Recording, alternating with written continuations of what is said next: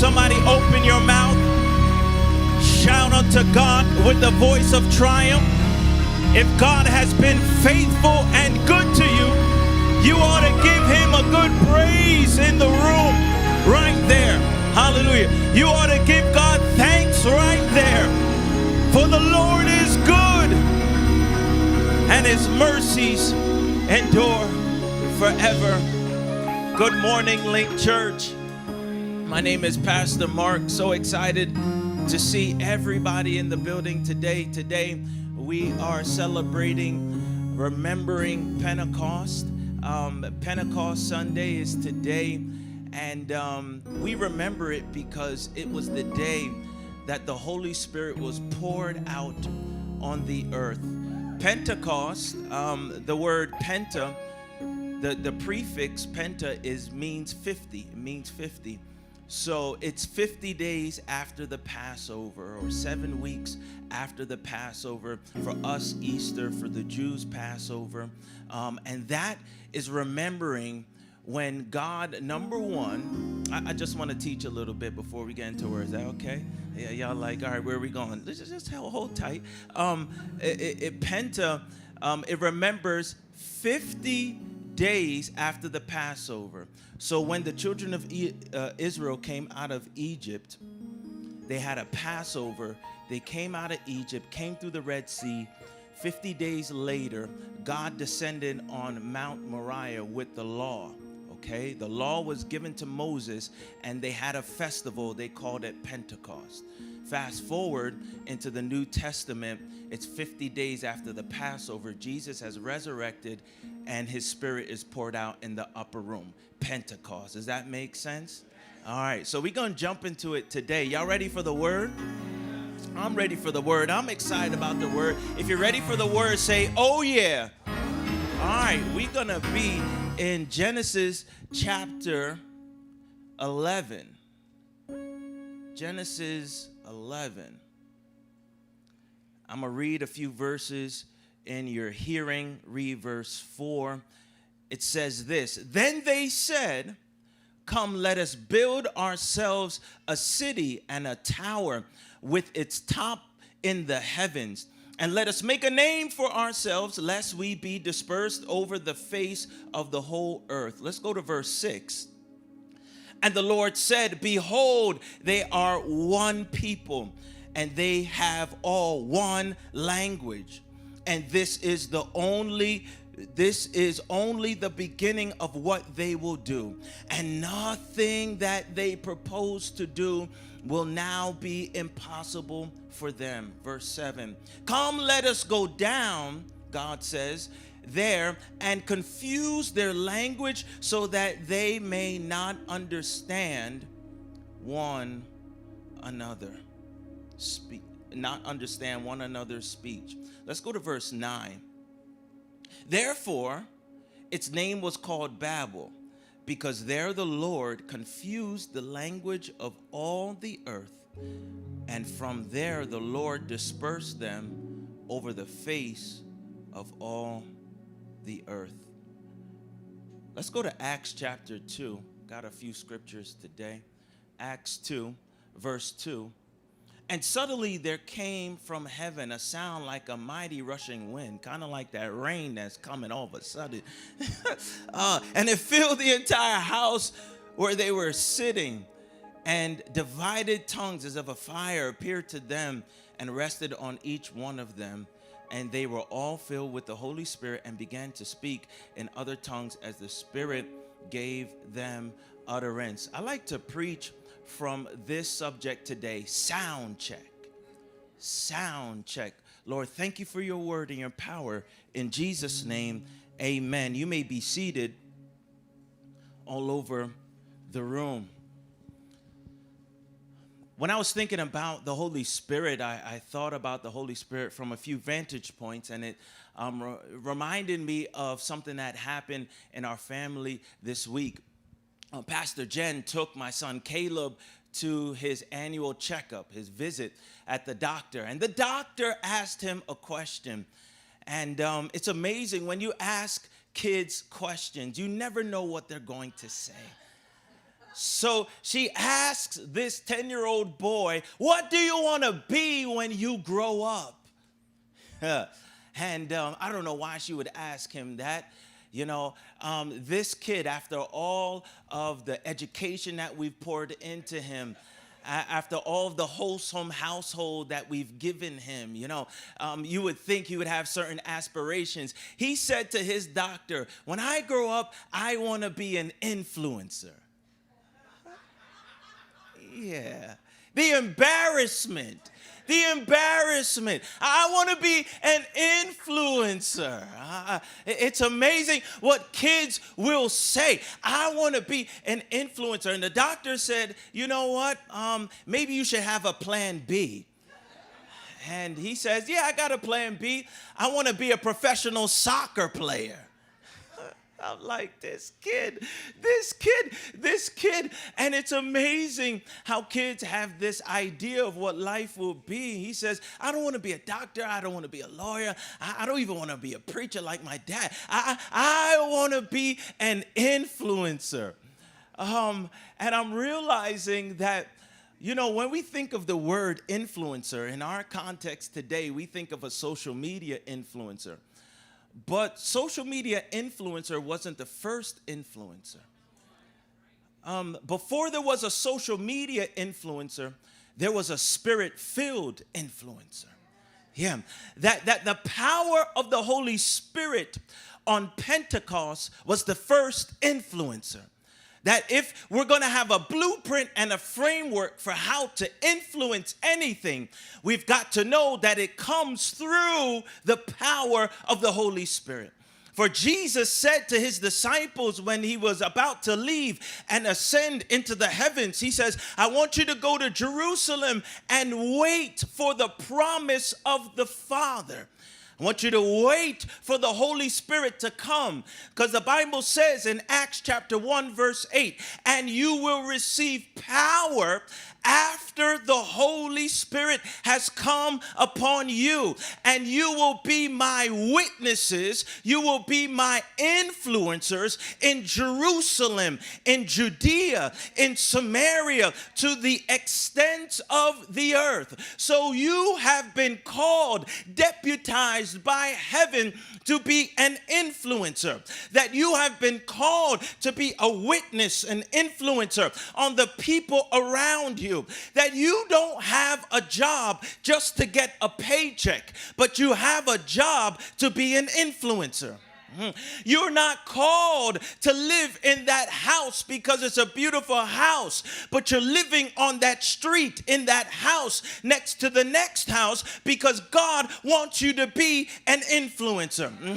God wants his people to walk through this earth and make a difference. Maybe that's why Jesus says, you are the salt of the earth, because anything that salt touches, it must change. And I'm wondering if we're doing our jobs as Christians and making a difference in our world to the extent that they can't look at a social media influencer greater than they look at a spirit-filled influencer. And if you have the power of the Holy Spirit running through your veins, you have to know that I've been called by God to influence something. I've been called to influence my family. I've been called to influence my friends.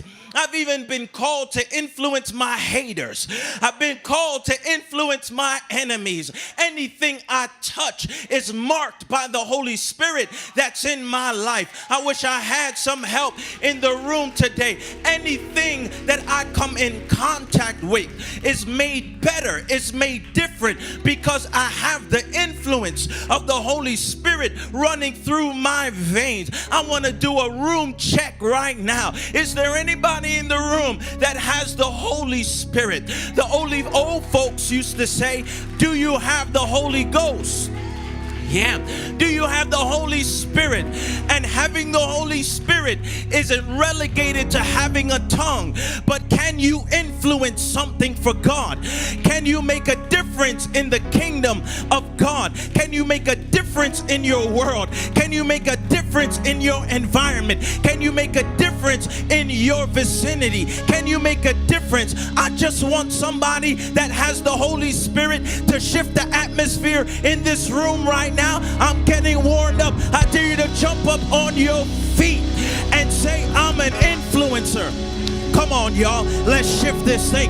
I want you to jump up on your feet and say, I am an influencer. I am an influencer. In fact, lean on your neighbor. Let your neighbor know and say, I'm an influencer. I'm an influencer. In case you didn't know, don't look at my social media. I'm an influencer. Don't look at my following. I'm an influencer. Don't look at the size of my bank account. I'm an influencer. Don't judge me by the size of my ministry. I'm an influencer. Somebody shout, I'm an influencer. Yes, yes. Sit down, sit down. I'm an influencer. I'm an influencer. Shake it off, Rebecca. I'm an influencer. I'm an influencer. I'm an influencer. I'm an influencer. I'm an influencer. God has called us to move something, influence something. And maybe my son doesn't really know what he was saying when he said he's going to be an influencer. At first, I was embarrassed. But maybe there's something deeper in what he says. Because I think social media influencer, but God says spirit-filled influencer.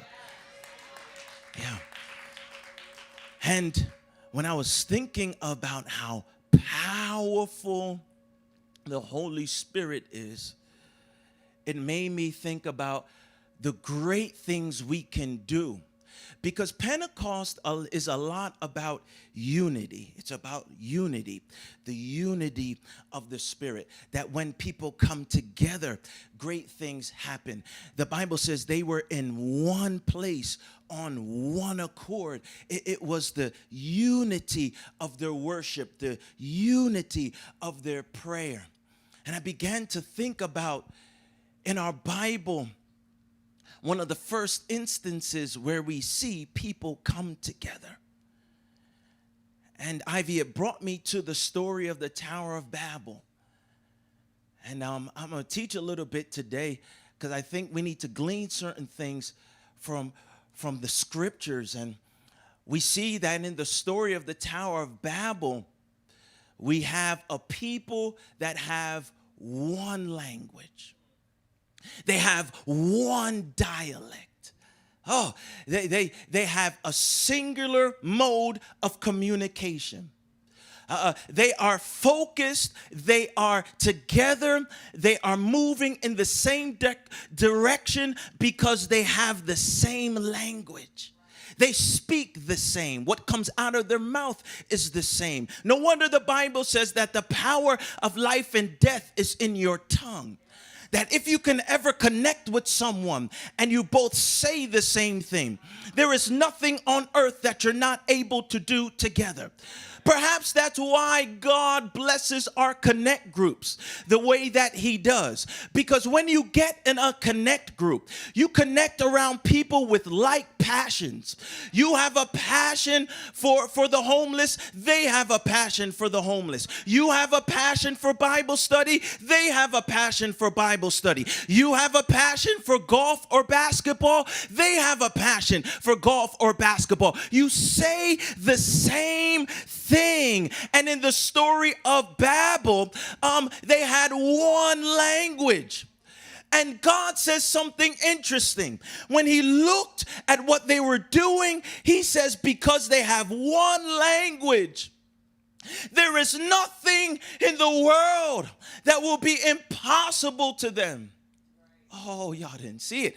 It's in the text that he says there will be nothing that they will be unable to do because they have one language. That if you can say the same thing as your spouse, there's no divorce that can tear your marriage apart. That if you can speak the same thing as your coworkers, then you're able to take over the industry.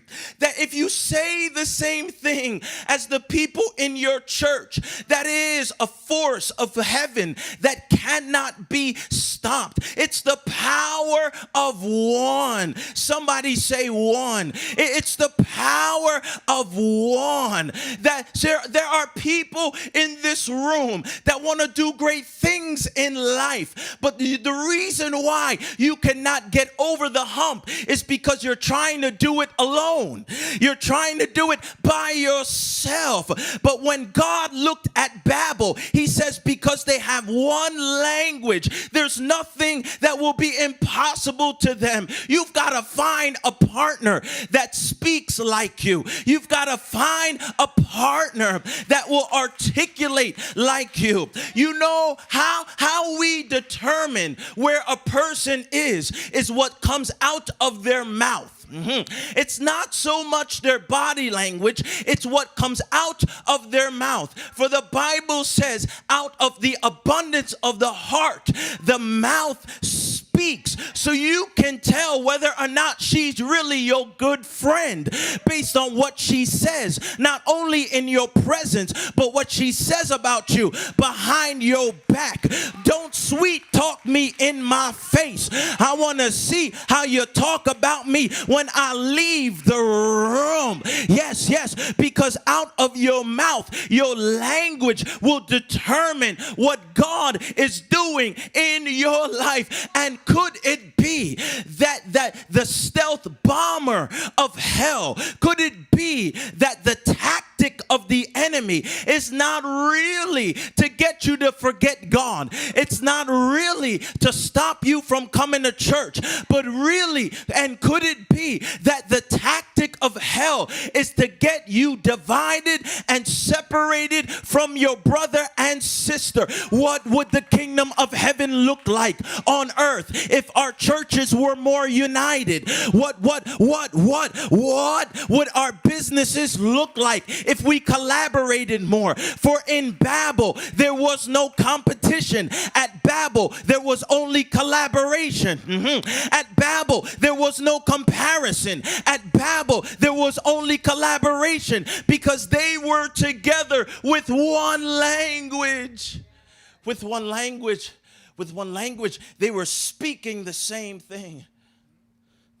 And we see this here. This is the first instance in the Bible where they have the same language, or we see that they're actually working through the same language. It's powerful. For Babel is the center of the world at that time. It's the epicenter of the world. But they say something interesting in verse 4. Y'all with me? Yeah, I'm building this case. In verse 4, they come. If you could put verse 4 on the screen of chapter 11 in Genesis, it says, they said, come, let us build a tower to the heavens so that we can make a name for ourselves. Building a tower to heaven.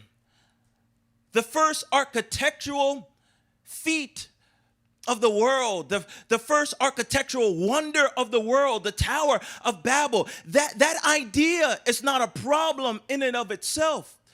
The problem that God had was that they wanted to make a name for themselves.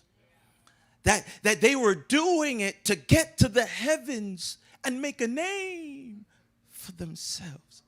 And God recalls that the last time there was a being, a person, someone in heaven trying to make a name for himself.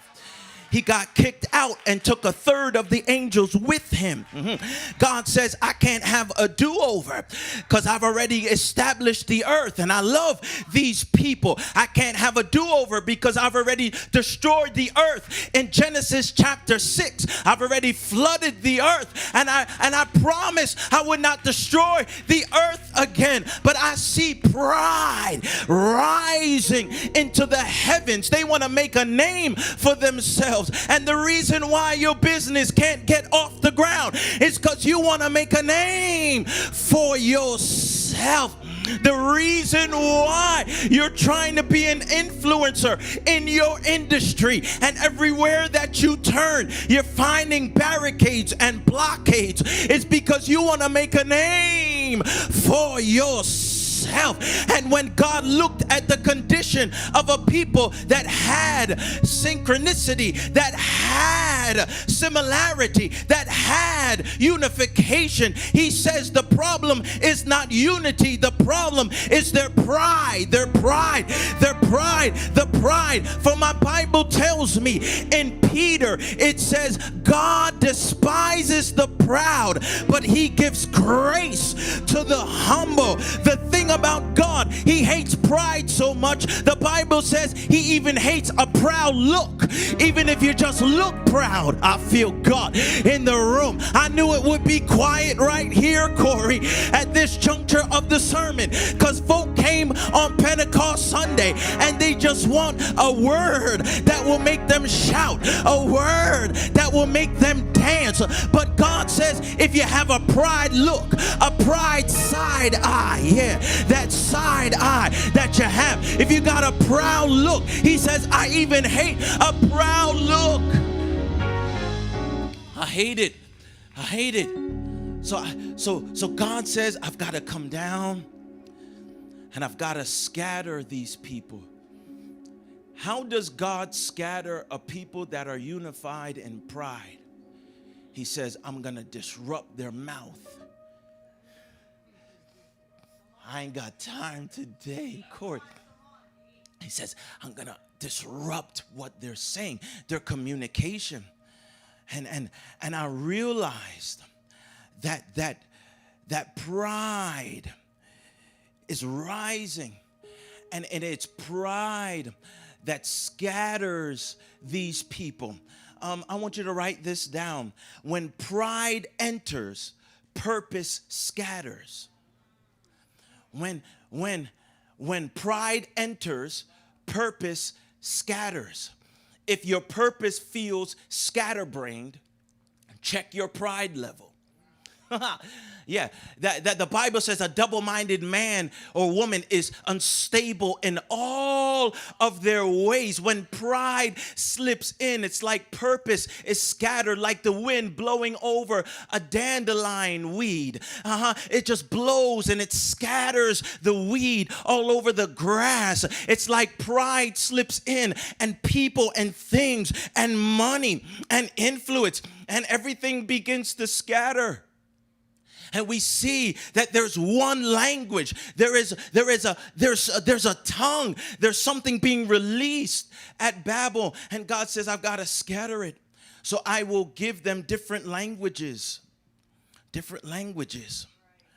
So that when they have these different languages, it'll cause them to be disrupted in their communication.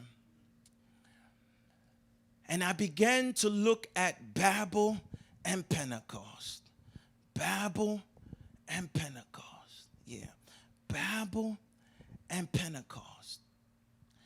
And I began to see that what they lost at Babel, it's like God flipped it at Pentecost. That the scattered nature of Babylon became unification at Pentecost. That God used the tongue to scatter them at Babel, but God uses a tongue to unite people at Pentecost. Yeah, I need y'all to see this slide. I need y'all to see this slide. The great reversal of Babel. The great reversal of Babel. It's a lot of information, so maybe just take a screenshot of it. The great reversal of Babel. That Babel tried to build up heaven. Pentecost brought heaven down to earth. Babel confused language. Pentecost clarified language. Babel created misunderstanding. Pentecost created supernatural understanding. Babel brought division through pride. Pentecost brought unity through the Spirit. Babel saw God descend in judgment. Pentecost saw God descend in power. That we needed Pentecost because Pentecost would unite what comes out of our mouth. Yeah, because what comes out of your mouth through the gates of your flesh will scatter your purpose. But the thing that comes out of your mouth through the gates of the Spirit will unify your destiny. Pentecost is essential because Pentecost released tongues through the gauntlet of the Spirit that unites the purpose of heaven in your life. That's why the church is not birthed without Pentecost. When Jesus leaves the earth, the first thing that he does to release his Spirit in the earth and set off a fire that is the church in the early days is he has a Pentecost experience, so that a fire in the room would create a fire in the streets. The fire in the upper room would light a fire in the streets. He uses language in a room to write a message in the streets. I need to hold on a second, Corey. I need to wait. I'm getting excited. I need to wait. That what God is trying to do is he says, at Babel, nothing will be impossible to them if they're of one language. So what he does at Pentecost is he says, if I give you one language through the Spirit, nothing will be impossible to you through one language of the Spirit. That's why praying in the Spirit is important. That's why being baptized in the Spirit is important. Because when you're baptized in the Spirit, your flesh goes out the window. When you want to cuss her out, the Spirit starts to intercede and says, hey, don't cuss her out. It's not her fault. She had an experience you know not of. And all of a sudden you find yourself praying for the person you dislike. All of a sudden you start praying and interceding, speaking in tongues, because the Spirit knows what to pray for when you don't know what to pray for. Pentecost is important. Somebody shout Pentecost, Pentecost, Pentecost, Pentecost. Y'all worship took up my time, man. Took up my time. I'm going to blame y'all. So I entitled this sermon Sound Check, because Pentecost releases a language, a tongue, speaking.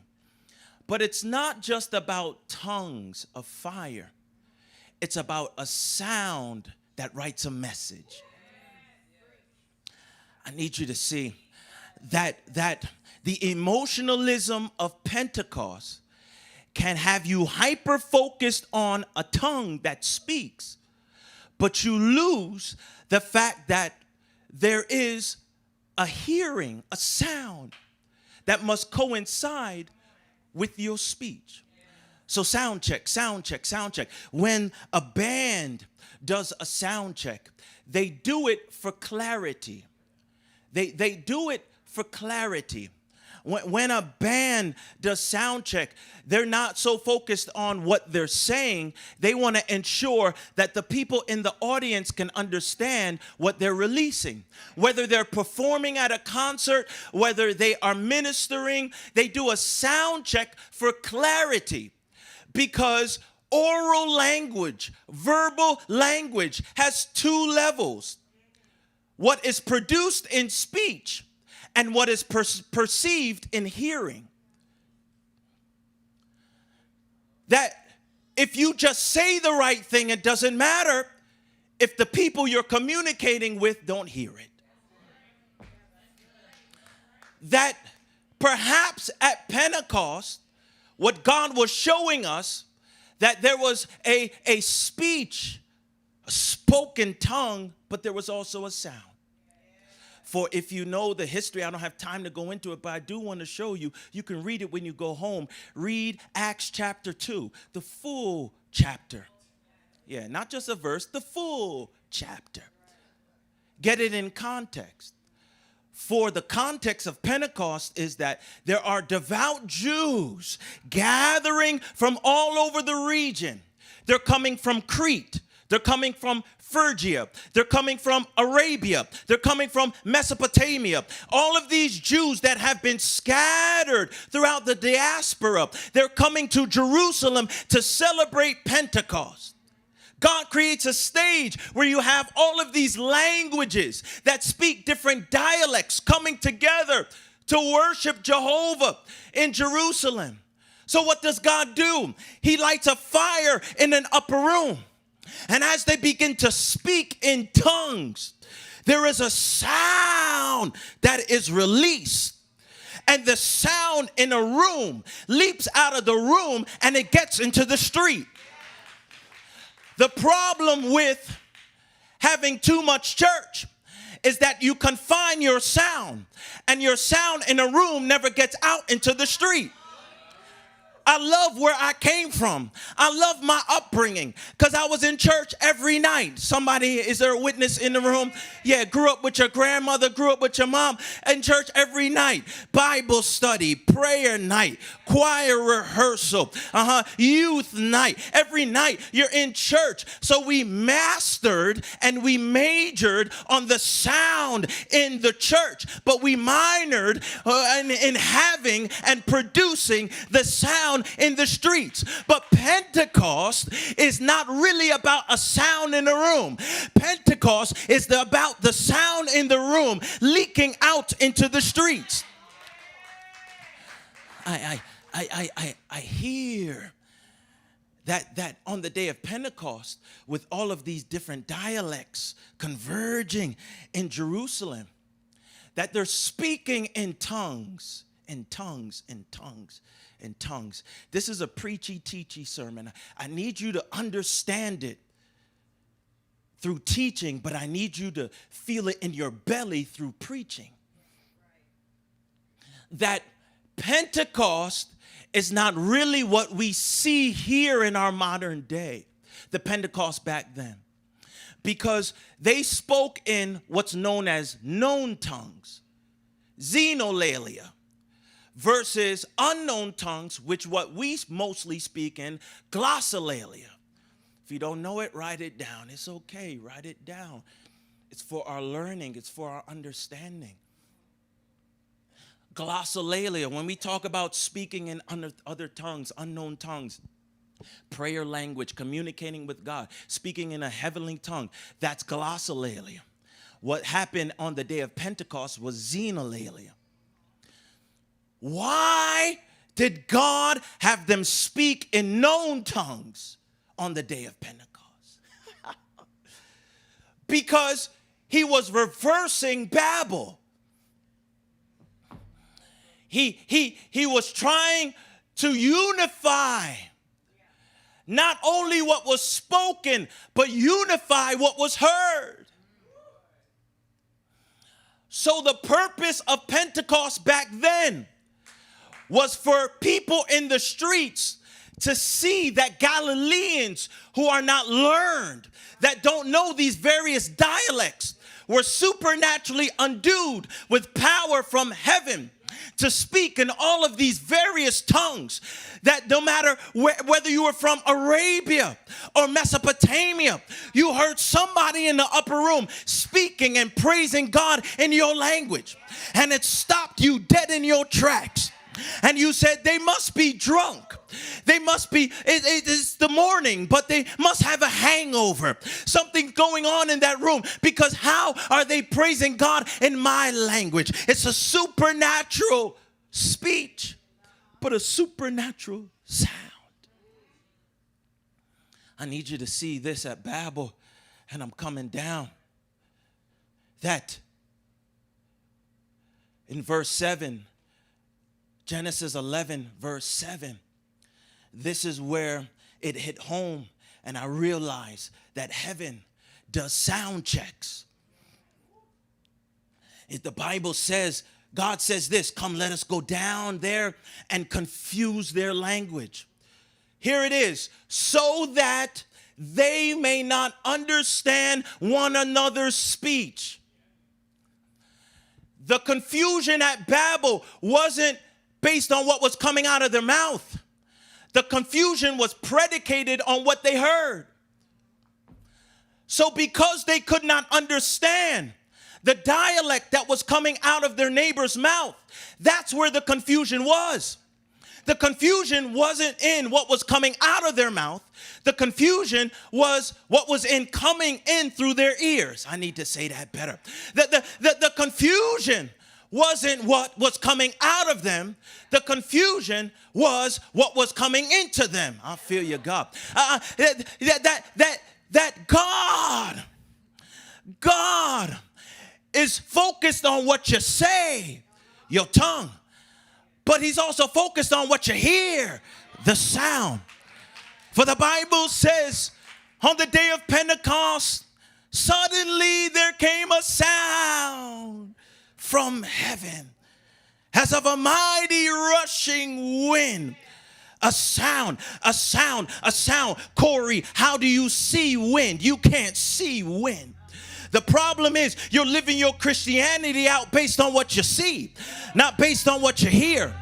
And you come into a Pentecostal environment and you're looking through your eyes, but you're not listening through the ears of your spirit because you can't see wind. I feel you, God, that in the spirit right here, there is a wind that's blowing in this room and you're trying to see it through your eyes. And God says you can't see it through your eyes. You need a sound check. You need to see it in your ears. You need to see it in your spirit, that you cannot look at the things that are seen. For Paul says, do not look at the things that are seen, for the things that are seen are temporary. But look at the things that are not seen, for the things that are not seen are eternal. Paul picks up his pen and he says it like this: for we walk by faith and not by sight. You're looking at your bank account and saying, God, I don't see any wind. He says, stop looking for wind, start listening for wind. You're looking on your job and you're saying, God, I don't see any wind. Heaven says, sound check, sound check. Check your bank account again. Stop looking for wind, start listening for wind. For heaven has a sound. My Bible tells me, I feel you, God. My Bible tells me that when the children of Israel came to Jericho, I love preaching to a wall. The wall gives me so much life. He said when they came to Jericho, God told the children of Israel to march around the walls of Jericho, that this victory would not be with a sword. This victory would not be with your bow and arrow. This victory will be with your sound. For there is a sound that comes from heaven, that when you open your mouth, the walls that would not crumble with a barricade, the walls that would not crumble with a wrecking ball, the walls that would not crumble with an arrow or a spear, the walls of Jericho, they would crumble by the reverberation of the sound, the echo of the sound, the tremor of the sound that will come out of your mouth. For even walls respond to sound. Somebody shout sound check. Even walls respond to sound. My Bible tells me that David was about to go up against the Philistines, and the Bible says he inquired of the Lord. He said, should I pursue or should I wait? And God says, wait, David, don't go until you hear the sound going on top of the mulberry trees. You gotta wait for the sound. Somebody lean on your neighbor and say, wait for the sound. Wait for the sound. Wait for the sound. My Bible tells me that Elijah stopped the heavens. He shut it up with a drought, and he says it will not rain on the earth. But then he received a word from God. He says, Elijah, I will send rain now on the earth. And Elijah put his head in between his knees, and he said to his servant, go run to the mountain and look for rain. And Elijah just said, I want you to keep looking, because it's not about what you see, it's about what I hear. For Elijah said within himself, I hear the sound of an abundance of rain. Y'all looking to see rain. I'm looking to hear rain. You're looking to see rain. I'm looking to hear rain. How you make it rain in your family is you got to hear the sound. How do you make it rain in your finances? Hear the sound. I hear a sound of an abundance of rain. For heaven has a sound that stops earth in its tracks. Heaven has a sound that will put your life in rest. Heaven has a sound that will stop you in your spirit. I declare in this house, I dare somebody to lift your hands. I'm running out of time, but I feel God pushing me right here. I feel heaven releasing a sound check all over Link Church. Y'all ready for the sound check? Y'all ready? Y'all ready? I hear heaven releasing a sound check. A sound check for your marriage. A sound check for your business. A sound check for your ministry. I hear heaven releasing a sound. I sense the sound coming to your house. I sense the sound coming in your body. I sense the sound. There's a sound. There's a sound. I dare you to open your mouth and respond to the sound. I dare you to lift your hands and say, God, I'm listening. I dare you to lift your hands and say, God, I'm ready. I need Pentecost in my kids. I need Pentecost in their schools. I need Pentecost on my job. I will not move until I get a sound check. For language is not just about what you say. Language is about what you hear. And I can hear God saying, I'm ready to move. I'm ready to move. I'm ready to move. Everyone stand all over the building. Sound check. Checking sound all over. Checking sound all over. Hold on, Corey. I'm going to bring y'all back in. What a powerful word that was. My name is Chandra, and before we go, I would like to invite you to give. Here at Link, we believe in the power of generosity, and you can partner with us by following the instructions on the screen below.